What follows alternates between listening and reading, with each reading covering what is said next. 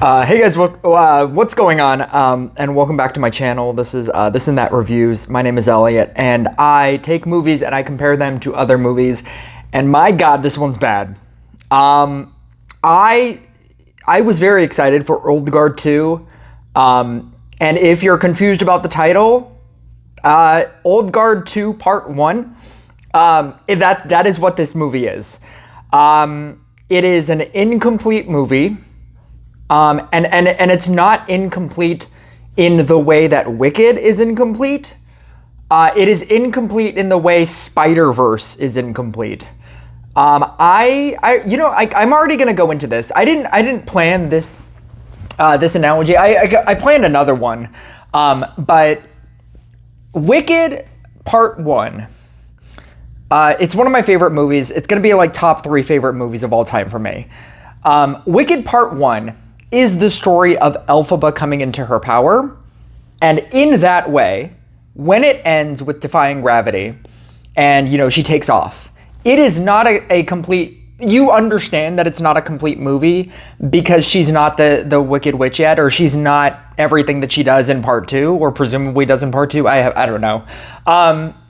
The whole thing, she hasn't gotten melted yet, right? You understand that there's more. But it's a journey of Elphaba really wanting to meet the wizard, and it ends. She meets the wizard, it all goes to shit, and it ends, and she's like, I got something else to do. And it ends, right? But it feels like a complete movie. There is an entire character arc. There is an entire journey. There is an entire everything, right? When I saw Across the Spider-Verse, I really liked Into the Spider-Verse, and when I saw Across the Spider-Verse and it ended, and it also ended on that stinger of he's in another universe, it just left a very bad taste in my mouth, where I was like, this doesn't even end. Like, they didn't solve anything. They didn't do anything. It just kind of ends. The bad guy is still out there. Like, there's still, like, now there's a different problem. Like, it felt like an episode. Like, when an episode of, like, a TV show ends, and it's like a, like a like 24, right? 24 is a good example.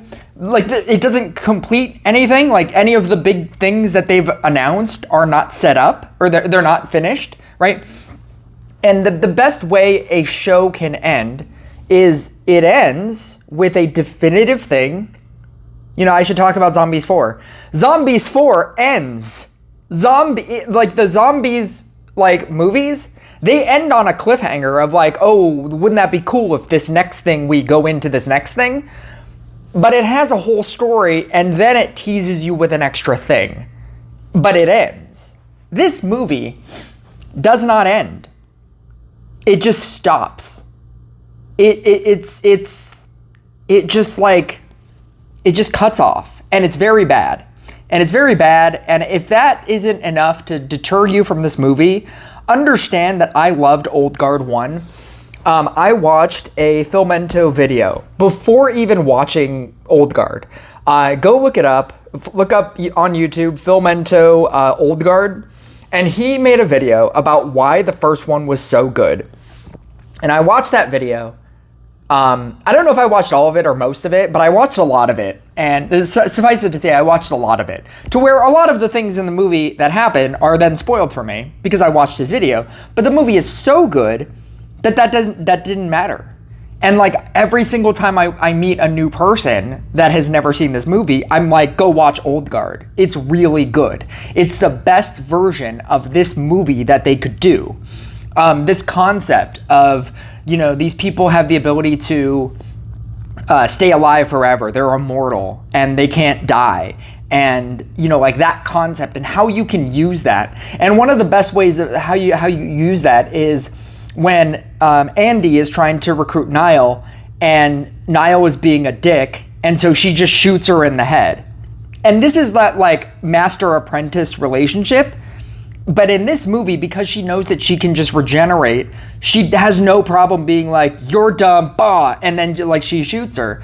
And That's like a cool thing that you can do in this movie with this premise, with this mechanic. This movie does nothing with that. Old Guard 2 Part 1 does nothing with that. It is an exposition. It is a movie that while I was watching it with my girlfriend, like I told her, like going in, I was like, critics and audience hated this movie. I was like, this movie has like a 22-38 on Rotten Tomatoes. And there's a part of you that could be like, oh, well, the first one, you know, like maybe they just don't, like, critics and audience don't like Netflix movies. The first one has like an 80-70. And like, the drop-off was like, going into this movie, I was like, the drop-off is insane. Why is this insane? Why is this insane drop-off happening? And the second movie does what Megan 2.0 does. And it's that the first movie is a very grounded, like, you know, you're focusing on a small batch of characters and you're honing in on like them. And so like the first one, you're honing in on Niall and like her introduction into this world, because it's your introduction into this world. And then you have Andy as the mentor figure, and it's their relationship. And then you have like everybody else sprinkled in, right? And like the rest of the team. And in the first Megan, it's all about Katie and Megan. Like Gemma's in the movie, you know, the rest of her team is in the movie. Ronnie Chang is in the movie, right? But like, you understand that they're like secondary characters, like you don't really need to care about them. And so the movie is really about Katie and Megan, and it dies on that relationship. And when you get to the second movie, where the first movie did so well, they decide to get a bigger budget and they decide to just go fucking insane. And it has to have bigger stakes and more cast and, you know, like expand everything, right?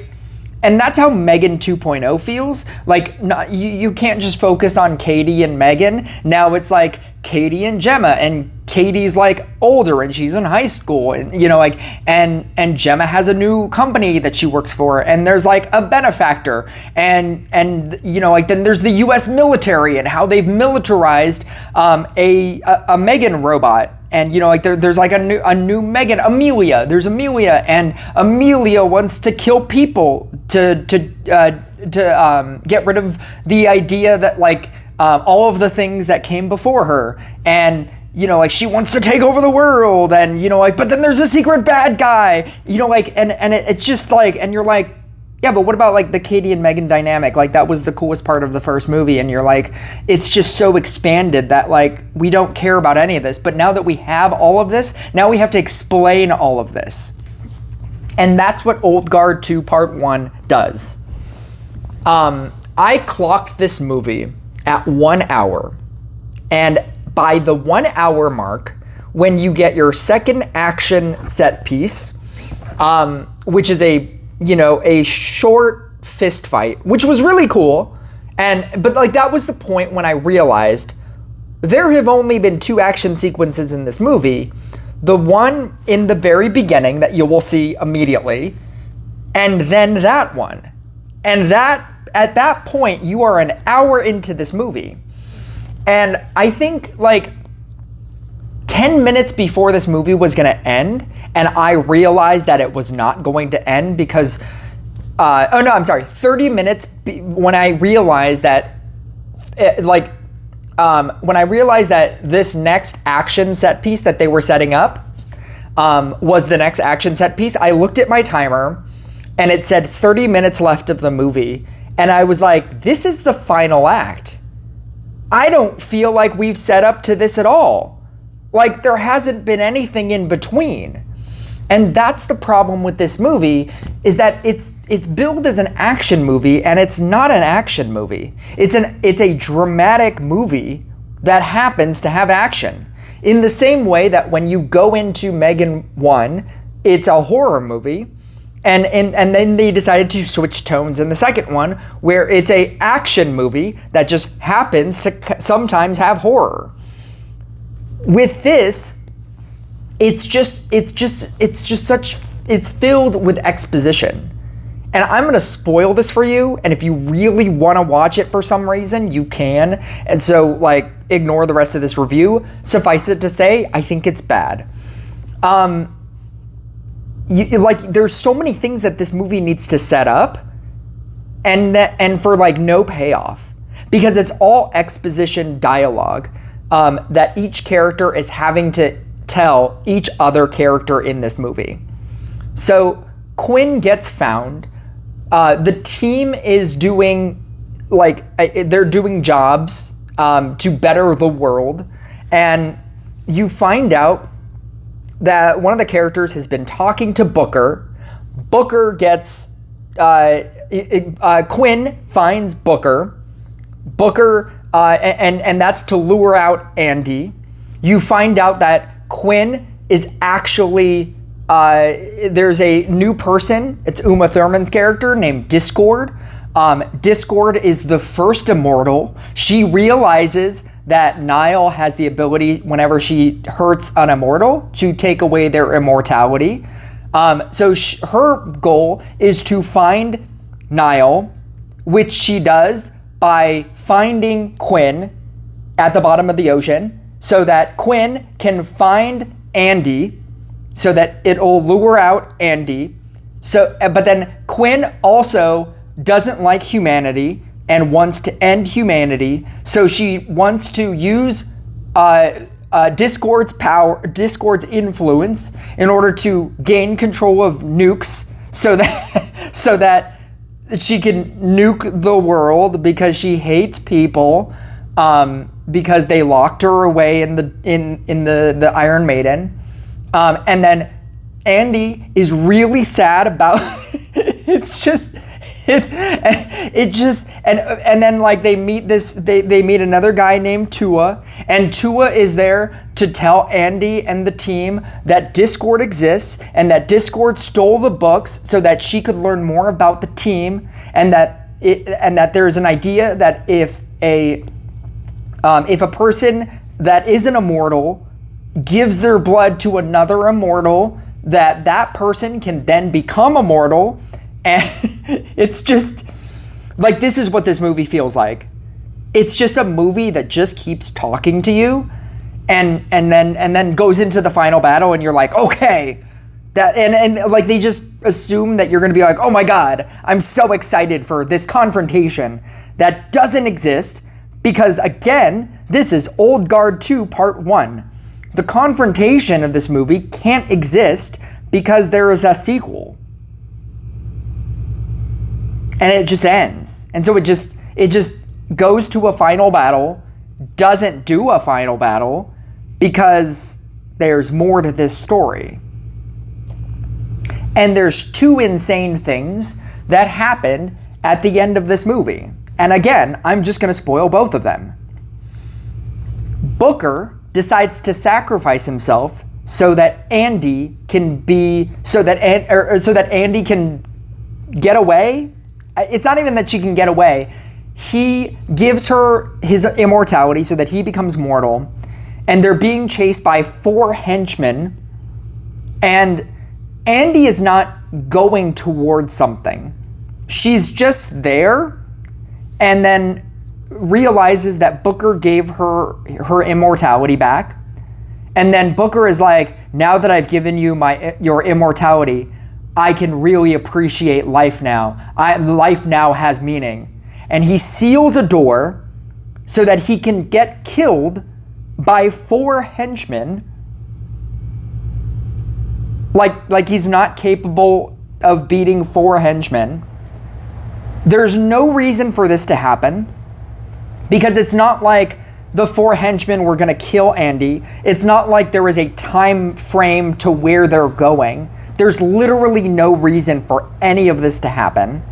It happens so that Booker can die, and that he can make a quote-unquote heroic sacrifice, but it doesn't do anything. It doesn't allow Andy to get away. It doesn't stop anything. It's just so that he can do it just for an emotional beat.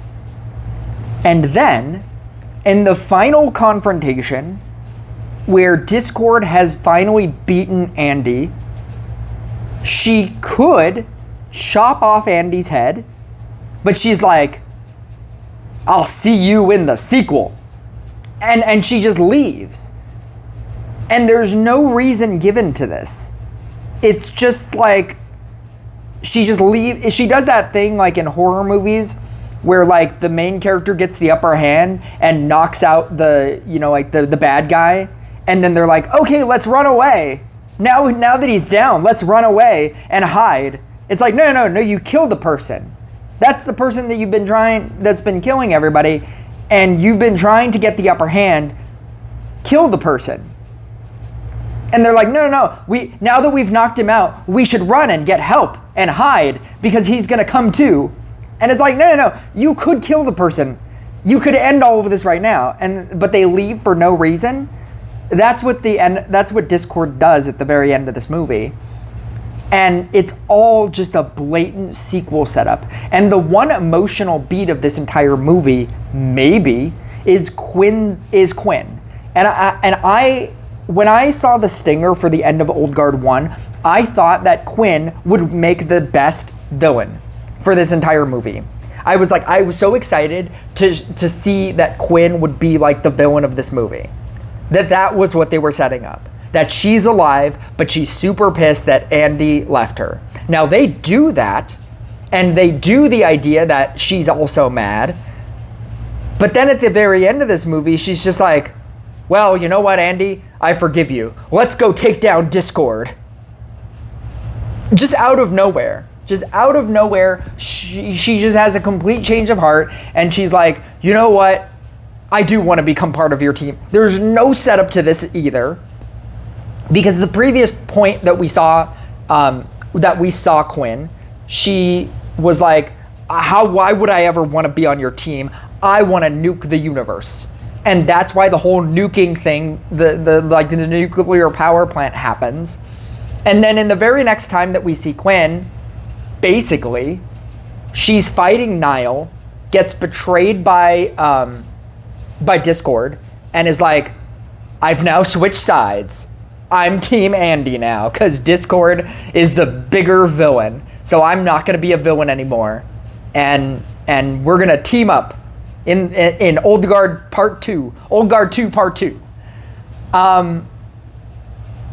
It's insane. It's insane, the drop-off. The drop-off from the first movie to this movie. I would rather watch Megan 2.0 than this movie. At least Megan 2.0 is a fun movie. At least it has like fun dialogue, and it is a fun time. This movie is just like a very serious drama. Like, everybody's sad about everything for one reason or another. Everybody doesn't want to be in this movie. Andy is sad that Quinn is alive and that she, betrayed Quinn. Quinn is sad that Andy is alive because she has been living a guilt-free life for 500 years while she's been stuck in the ocean. Uma Thurman's Discord is angry that all immortals are alive. Even what is his name? I forget what his name is. Booker is sad that he betrayed the team. This is 6 months later from the other movie, so how sad could he really be with the idea that they've lived for hundreds and hundreds of years? I feel like 6 months is like, if you felt really bad 6 hours from now about a thing that you did earlier. It's like everybody is just very sad about being in this movie, or in this movie. Everybody is sad in this movie. And then in terms of like the action that you came for, there are at most 4 action sequences in like a hour and a half, 2-hour movie. And none of it means anything. The opening scene, you have no idea why it's even happening. The hand-to-hand fight sequence is really cool, but it's really short. And then by the time you get to the third action sequence at the very end of the movie, there's just you have no idea why you're there either. I don't understand Like, maybe this will become better when we get Old Guard 2 Part 2, but as it is as a movie, it's not good.